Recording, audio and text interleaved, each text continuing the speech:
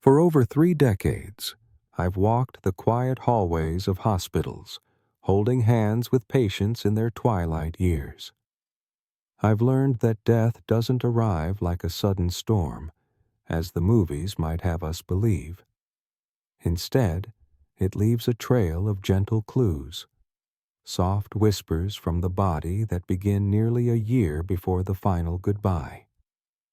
These signs aren't meant to spark fear, but to awaken us to the sacred opportunity to offer more care, more presence, more love. As a geriatric doctor, I've witnessed countless final chapters, each teaching me that life's end is a journey, not a moment. Today, I want to share 5 subtle signs I've observed in elderly patients about a year before they pass. These insights, drawn from stories of real people, are a call to cherish every shared moment and to live fully in the time you have left together. Let's explore these signs, understand their meaning, and learn how to respond with grace and connection. 1. A quieter personality. Stepping into stillness. What to notice. Imagine someone who once filled a room with laughter or spirited debates suddenly growing reflective. They speak less, argue rarely, and seem to drift into a private world. It's not sadness or confusion, but a gentle detachment, as if they're gazing at a horizon only they can see. Story. Clara, an 89-year-old literature professor, was a force of nature. Her sharp wit and love for correcting grammar, mine included, made every visit lively. But one spring morning, she sat in my office, her eyes soft and distant. Instead of debating politics, she smiled and asked, "Doctor, are you getting enough sleep? You look tired." Her daughter later shared that Clara spent hours watching the trees sway outside her window, content in silence. Why it happens. Psychologists call this pre-terminal emotional withdrawal. As the body conserves energy, the mind turns inward, letting go of external battles. Grudges fade, not always from forgiveness, but because they no longer matter. It's as if the soul is preparing to step into a new garden, one of peace and reflection. What to do? Resist the urge to pull them back into life's noise. Instead, walk beside them in their quiet world. Ask about their childhood, their first love, or a memory they cherish. Bring a photo album or play a song from their youth. Their silence is an invitation to hear stories they've never shared, truths that surface only in stillness. Be their listener, their companion, and let their you become the keeper of their legacy. 2. Loss of appetite, a gentle release. What to notice. Picture a loved one who once savored every bite of their favorite meal, say a Sunday roast or a warm slice of pie, suddenly pushing their plate away. They eat less, drink sparingly, and lose interest in flavors they once craved. This isn't due to illness, boredom, or medication, but a deeper shift within. Story. Mr. Jimenez, a World War II veteran, was a man of rituals. Every Sunday, he grilled a steak, the sizzle filling his small apartment with warmth. But one Sunday, he looked at his plate, smiled faintly, and whispered, "I think I don't need it anymore." There was no fever, no new diagnosis, just a quiet turning inward. His daughter tried to coax him with desserts, but he only sipped tea, content. Why it happens.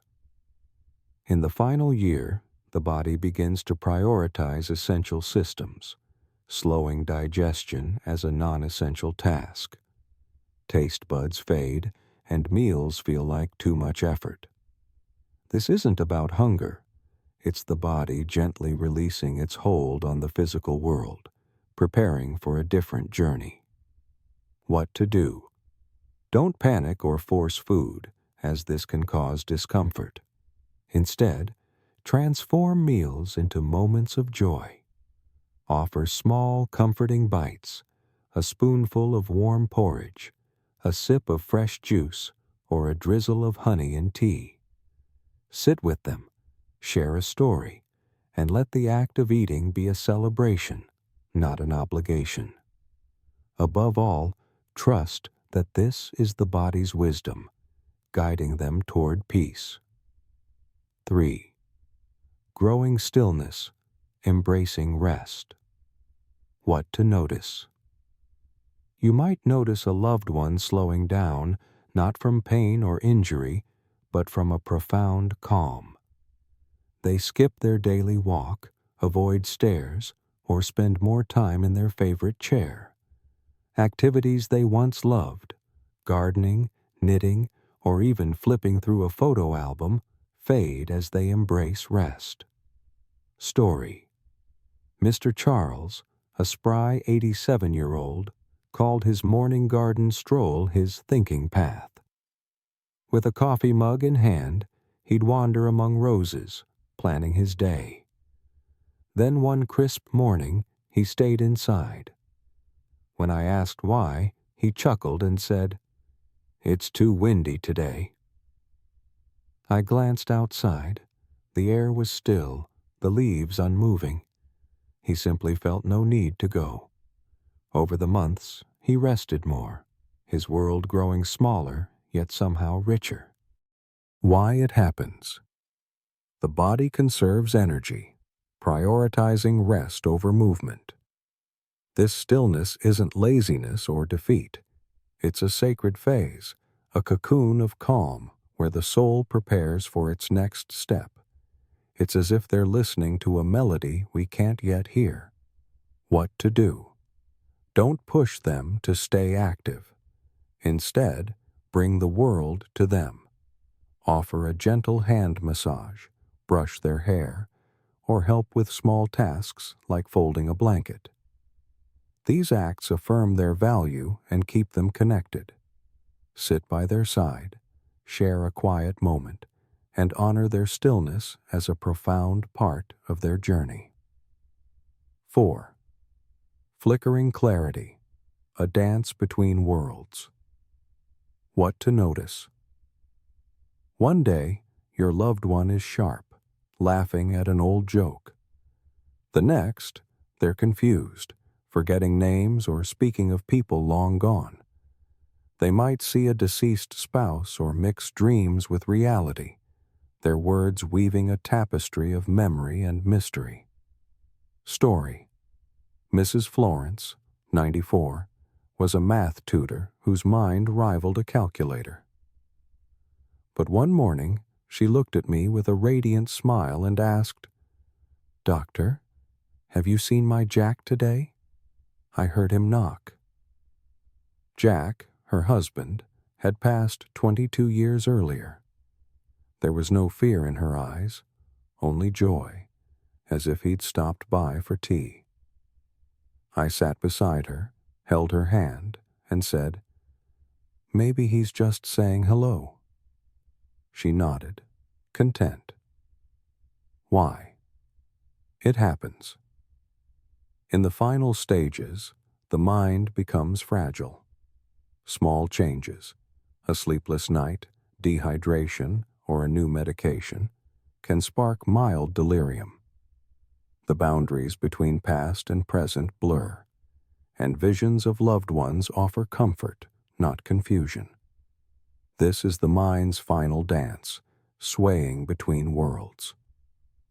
What to do? Don't correct their reality. It can cause distress. Instead, step into their world. Ask about Jack, share a story, or play a song they loved. Use familiar objects, an old watch, a faded photo, to ground them gently. Your presence is their anchor, your voice their guide, as they navigate this delicate transition. 5. Spiritual openness, a glimpse beyond what to notice. In their final months, many elderly seem to sense their departure.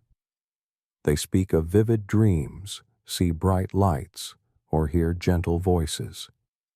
Their gaze lingers on something unseen, and their goodbyes carry a quiet certainty, as if they're already halfway home. Story: Mr. Elias, an 85-year-old painter, once created portraits for churches, his brush capturing light in every face.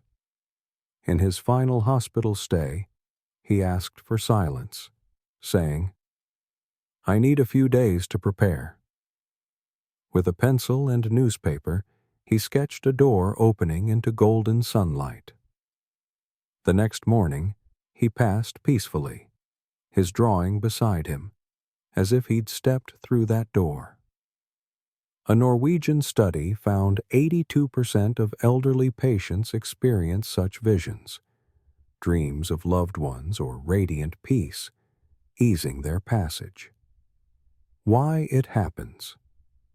These aren't hallucinations but spiritual transitions, reconciling old stories and offering closure. It's as if the heart opens a window, letting the soul glimpse what lies beyond. What to do? Don't dismiss their words or fear their visions. If they speak of a mother or a friend from long ago, listen with reverence. Ask gently, "What did they say?" Or simply sit in silence, holding their hand. Your presence is a bridge, helping them cross with dignity and love. A final lesson: love that outlasts goodbye.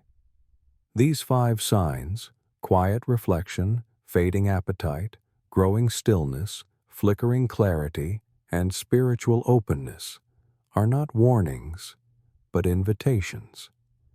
They invite us to show up, to love deeply, and to make every moment count. I'll never forget Mr. William and Mrs. Esther, married 64 years. When William faced end-stage heart failure, Esther, 87, refused to leave his hospital room. She slept in a chair, read him poetry, and held his hand. On his final day, too weak to speak, he lay still as she recited their favorite poem.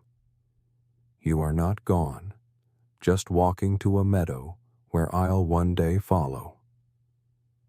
As the last word fell, he took his final breath, a soft breeze stirring the room as if he'd slipped through an unseen door.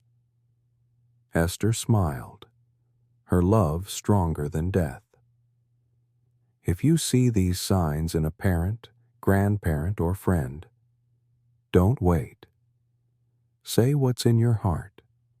"Thank you. I'm sorry. I love you." Hold their hand, for touch is the language that lingers when words fade. As Mrs. Margot, 95, taught me in her final days, the greatest fear isn't death, but leaving without gratitude. Lying in her hospital bed, she smiled and said, "I'm not afraid of dying, only of not saying thank you."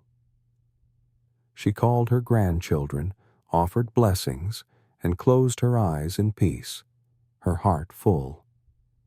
Your presence can change everything. Share this message with someone who cares, a caregiver, a friend, a neighbor, and let's honor life's final year with love that echoes beyond the goodbye. Together, we can make every moment a masterpiece of connection and care.